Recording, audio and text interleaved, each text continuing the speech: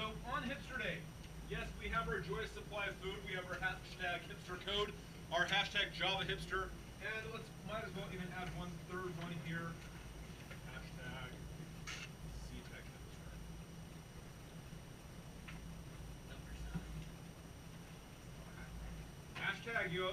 Hashtag, you remember, is the hipster thing. So, yeah. It's their Instagram, Facebook, Snapchat, whatever you want to put it on there. But tag with hipster code because today is our hipster day. Now, the reason I'm calling arrays the hipster of code is in Java, everything we've done so far has been thing.method,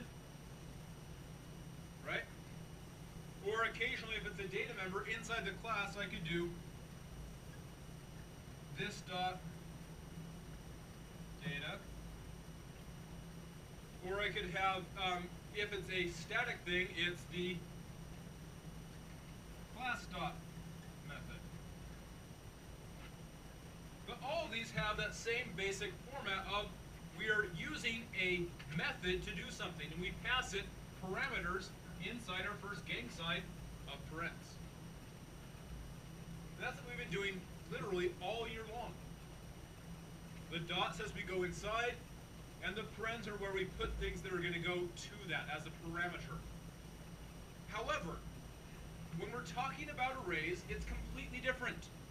Not the same. Completely, totally old school. We're going to change this all up. And so that's why we're having our special hipster day, because of this.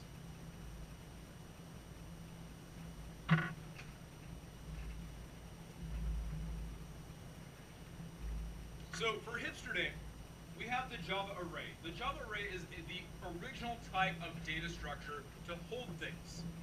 And an array, unlike an array list, can't change size. An array is a static data structure. It knows how big it is when you make it, and it won't change after that. And so one of the ways you can think of an array is like this. That array has 5 slots. And just like in an array list, it starts off at position 0, 1, 2, 3, 4. So we have to watch out for our good friend the oboe. Yes, question? So if in an array, if you take something out, the spot is still there. It's just empty. But you can't actually take it out. You have to assign a new value in. You can assign a null in. An empty spot. Because you can't take away from what's in here. You can just change what's in there. And so we have some new structure of code to look at. So when we've been doing regular objects in Java, good be thing, my thing, equals new, thing. And we call the constructor, which has the same name, of course, as our type. That looks like everything we've done in Java so far, right? Thing by thing equals new thing. And we're used to that. But arrays are different. We have a new type, but arrays don't have a keyword. Instead of using a keyword, arrays have a symbol. And that will be our good friend, the square bracket. This is the keyword for array. Does this look like a word to anyone in English? Yes. Square C, backwards square C. No. This is array. So when you see open square bracket, close square bracket, in your brain, Mr. Hipster! Okay, you need to take a selfie as a hipster and email it to myself and also send it to your computer. Okay. Those are our hashtags we're using. So when you see open and close square brackets in Java, you now have a new thing to read. This is array. So open square bracket, close square bracket, you read that as what? Everyone say it with me. When I see an open square bracket, close square bracket, I read it as array. So we've already seen this open square bracket, close square bracket before. Where do we see that? In our run static void main string square brackets args. The square brackets are an array, potentially of arguments or parameters. So we're now using our hipster thing. So this is the keyword for array. Now when we're making array, we don't make arrays like anything else in Java. If you read the notes on there already, you saw that it's a little bit different. And so the way we do it is right here. Let's go ahead and make arrays hipster day. An array is typed. Array can only hold one kind of thing. But an array is special in that it can also hold primitives, it can hold objects, it can hold arrays, it can hold all sorts of things. But an array can only hold one type of thing. And so to declare it, it is in your declaration section, of course. If it's a class variable. Private int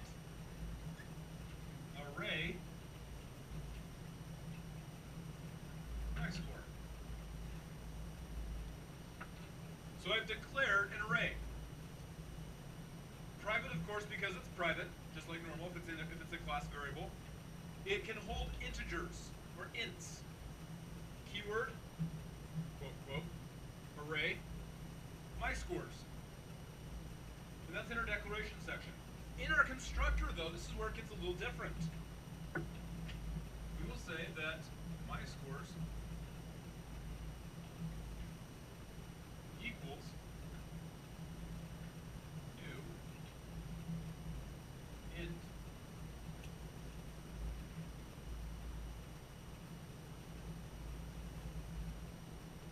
array size 5. But it's not size, actually. An array has a length. So in our declaration section, we declare a variable that's an array type, int array, called myscores. In our constructor, I initialize it, saying it's a new int array of size 5. Excuse me, length 5. Arrays have length. And that creates right here this lovely chunk of memory space that's 5 slots big, and it can't change. If I only put one thing in there, it's still 5 slots big. If I take the thing out of there, it's still 5 slots big. An array is not resizable. So if I add things or subtract things, it doesn't shrink and grow like an array list does. It just is that big. Always that big. An array is static in its data. Now, an array, since I'm using this keyword new, we know for sure that it's an object. Right? Because we can only use new with objects. But this array has no methods other than those that are inherited by object. It can't do anything on its own. All it does is hold stuff. But if it can't do anything, how do I put things into the array? We shove them. So, here is my declaration. Here is my construction. Now let's put stuff in the array.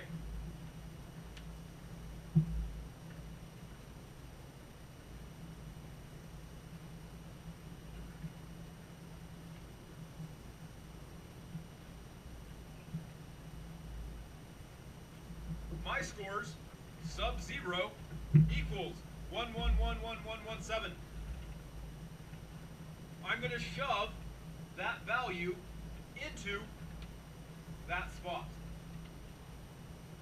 So I will say sub and then spot as my way of talking about it in class. So my score sub 0, my score sub loop count, my score sub whatever. This is the index of the value I'm going to shove it into. So on my sample array right here, I'm going to put in at position 0, 1, 1.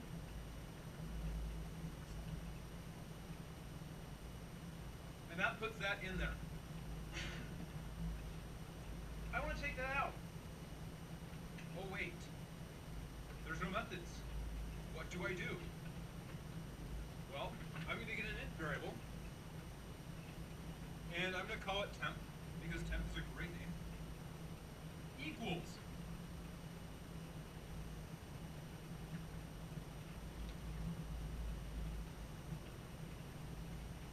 My score's sub-zero.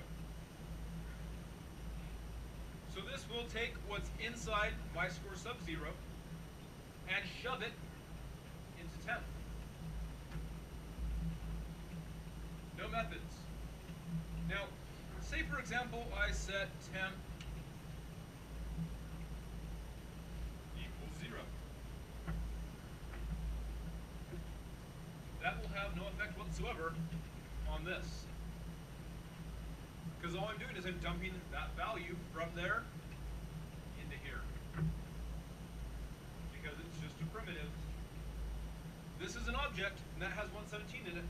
I can take that out and do stuff with it, but that object still has 117 inside, or 111111117 inside it. And so this is a very different from an array list. I could remove values. Oh, I don't want 1111117 in there anymore. I want to get rid of that value. This is what I do.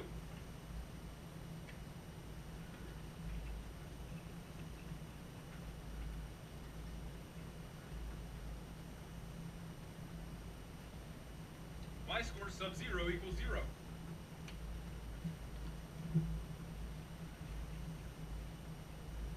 I took 1111117 out, and I shoved 0 in instead. No!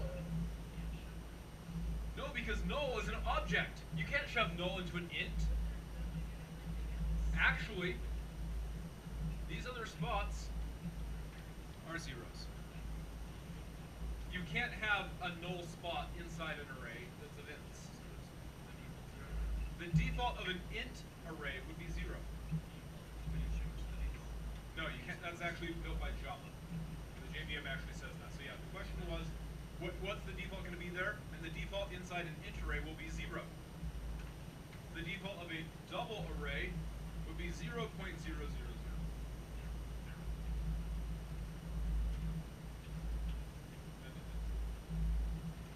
The default of a string array, however, strings are objects. And the default, if I make a string array, would be nulls. So if I make an object array, it's filled with null. If I make a primitive array, it's filled with the default value of that primitive. In the case of int, 0, double, 0.0, Boolean, false. Crazy. So if I make an array of primitives, it fills it with its default value. If I make an array of objects, it fills it with null. Everybody, default arrays of contents will be null with objects. Now that size 5 is how big it's going to be. Now, like I said, there is no size method on here. And in class we've been having this, so we want to actually find out how big things are. We call the .size on an array list. It's a method, as our gain sign parens. But an array, arrays don't have extra methods. They're hipster. They're too good for methods. Instead, arrays have a public data member. That's fine. So you can't change it. And it's called length. So I want to see how big that is. I would call my scores length. No parens. So dot length, you can, because there's no parens, we know it's a data member. And the only way we can access that is if it's public, because anyone can see that. But it is a final data member, which means it's constant, it doesn't get to change. And so we can't assign it to length. Length is just how big that array is. And so this is very different from an array list. When I make an array, I know how big it is. This one's 5 big. It has 5 slots. It starts off at 0, goes up to 4. And so we have, when we're doing this, a public data member that we can read but can't write to, instead of a method. To shove in, the equal sign is to the right of the square brackets. To To retrieve values, it is to the left of the square brackets, and there's no way to delete values out of the array. You can simply overwrite values. So arrays are hipster. You can't change their size. They have no methods. You can't delete things. You can't resize them. And the only way to get something out of it is to overwrite it. Plus it has a public data member. Totally against the rules for class. But it does. Arrays are older than Java. Arrays are actually the first data structure that you have inside C. You use them all the time in every single language. We'll use them actually quite a bit here in class. But the special thing about an array is that an array has to have stuff in advance. I have to actually know the size in advance. I can't just say, I want to hold some things. I have to know how big it's going to be. And if you saw in notes, there's an even hipsterish more hipsterish version, excuse me, of how to do arrays. And that's with the initialization string. And that's one of those special things that we put inside our Eclipse settings so it looks different than everything else. So if you want to get a screenshot of the notes, by all means, use a device to take a screenshot of those. Step out of the way. Okay, so we have some more hipster arrays. Arrays have a special way of building themselves as well. It's called the initialization string, or initialization list. And so I can say this, inside, say, a method, I can say int array scores equals squiggle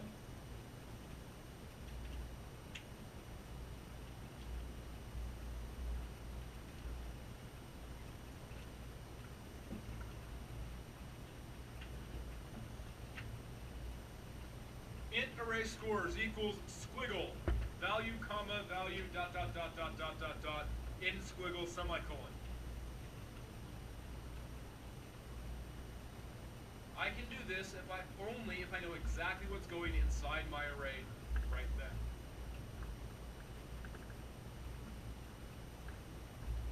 So this is the initialization list for creating an array. It's a different way of doing it. This automatically creates an array of size what? Or of length what? Excuse me. What's the length of this array? 5. What's the first spot? 0. The last spot? 4. And 17 is in the first spot, or sub 0, sub 1, sub 2, sub 3, sub 4. That creates it and puts the values into it all at once. And this can happen only if you know all the values. I can then go through and change values on this if I want to. But this is the initialization structure. And so this is something you definitely want to, you will see this in code. You will see this on a test sample question. I know there's at least one in the AP exam that will deal with this. You will see this occasionally. But this is the inline declaration and instantiation and filling of arrays in one line. So it declares int array scores. There's no keyword new. It just magic. All right here. This is like saying I'm making a brand new array and shoving that in it. So the new word is it's hipster. It doesn't need new. But this is special. Notice how I'm not doing this as a private int array scores, because this would happen only inside a method. Because you can't say int array scores and then scores equals this. You have to do this in one single line. Now, I actually learned a new thing this summer. Say you want to initialize your array, but you want to declare it in advance. You can't say int array scores semicolon and then scores equals squiggles. This is a big no. You can't do that.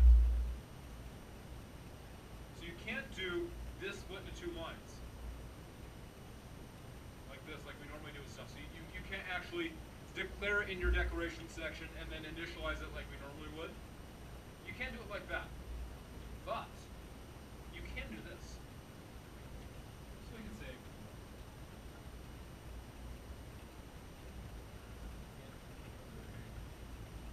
stuff. And then later on in my code, wherever I want to do it, I could say stuff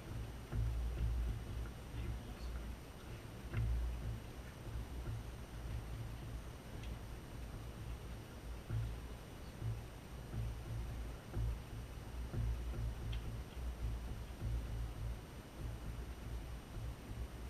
see.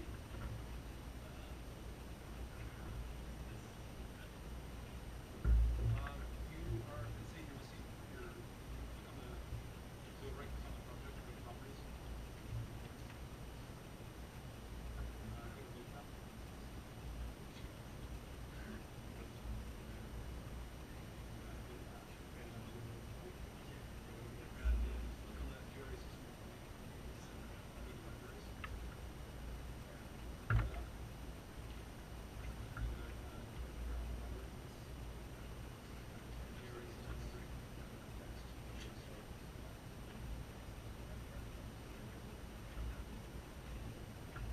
Sorry, because I'm using 1.8 on my Mac, so that's why that's. I'll put a note on that on the email for that in a second. So just for those of you on Video Land, if you're checking out my code off of GitHub, you will need to change your build path on my GitHub project to be imported in. Since I'm using 1.8 on my Mac and it's located in my Max dev / whatever folder for 1.8, you'll just need to edit your build path on your Books project if you import my project as your own. You right-click on project, go to edit build path, remove the wrong library, and add the new JRE system library. But it's pretty self-explanatory once you see it. Okay, so we'll talk about how to do this here in a second, but this is a special case. This is, like I said, I actually learned this at the AP reading because we saw some random code, like, will that even compile? Yeah, it will. So we tried it out, like, oh, cool, I learned something new. So even I, as a teacher, can learn new things from students occasionally. The kid put it on his exam. But when we talk about the AP exam again, it's never a good idea to try new, fresh code out because, unfortunately, there are some teachers that don't know all of the computer. I know a fair amount of Java. I'd say I know quite a lot. But there are teachers who know less than me. And when you're grading, say, for example, 3,000 exams in the span of a week, or more than that, it might be a bit hard to, easy to skip past something. So you want to make sure you do nice, safe, clean, good code. Hence the idea of quick vertical alignment of squiggles. Hence the idea of having good variable names. Also making sure you write down clearly using English-style words and not random letters like say as your variable name. Yeah, gobbledygook is not a good idea for code. So, int-array scores is the special hipster version, and this is a inline. Notice there is no new. Notice that it's declaring the values right here, and I can then access that array just like normal. But this only happens on one line. This is a special case. This is ultra hipster. So this is not something you can do with an array list. You can't skip the new on an array lists. Array lists need new. Every other object in the world needs new. But arrays, if you use this special thing, no new. Again, it's the hipster of code. Questions? Everybody have the initialization list on their notes? How to do this? Yes? Thumbs up? Okay. Erasing this.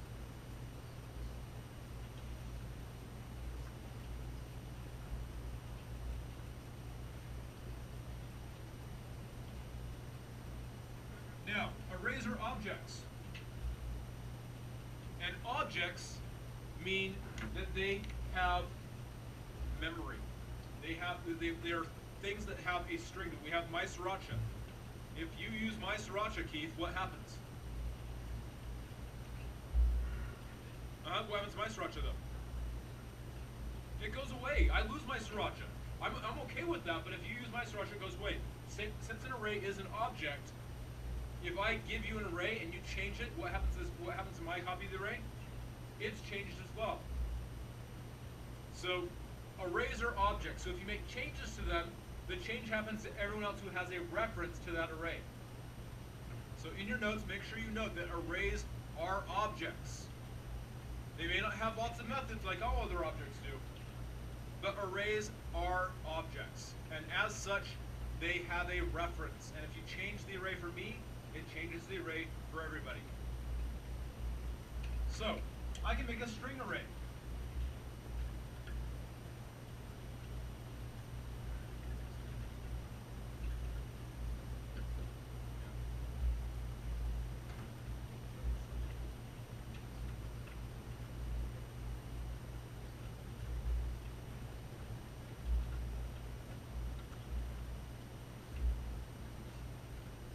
How many strings will be stored inside this array of my words?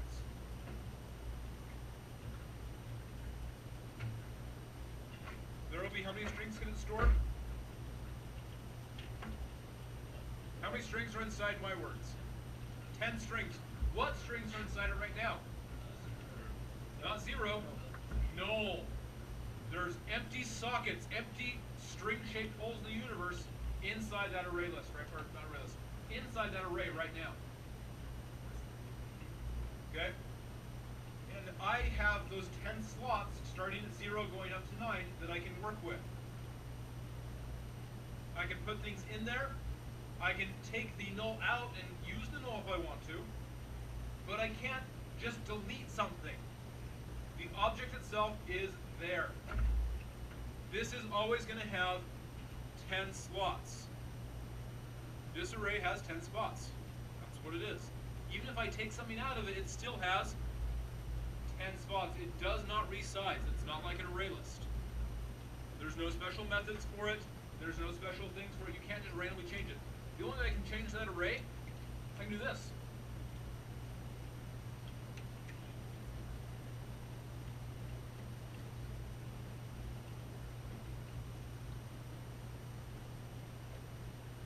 And what happens then to the original 10 strings that were in there?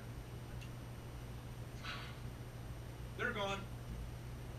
So if I do this, my words equals new string array 15.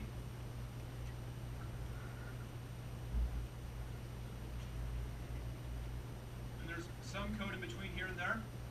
All the stuff that was inside my words, it's gone. You can't resize it on your own. Like if you want to just like make your add some more spots to the array, you have to make a blank array, copy your stuff over, make the new array, copy the stuff back in, and then resize it. Now there's no just like, oh, I just want to add some spots on here. It's if I make an array and I need to resize it, I have to copy all my stuff to a temporary array, make my new array to whatever size I want, and then copy the stuff back in. So arrays don't allow you to just randomly change size. So if you are using an array, you know how big it's going to be automatically. So in fact, we could possibly change our meme list to a meme array inside Hipster, inside our chatbot. If we are only going to have that many memes. But if we want to add to our meme list, an array list is a better idea because it can grow and shrink. But when it's something that we know it's going to be the same size all the time, and we know that in advance, an array is a good choice. Because the array, I don't have to worry about it running out of space. I know exactly how many things are going to fit in it. Say, for example, could I use a array for my class role?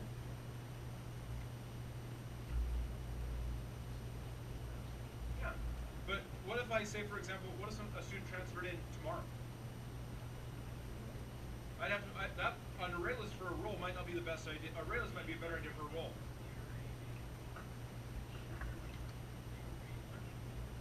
Yeah, I can do that. What about, say, for example, for options for grades? Could that be an array?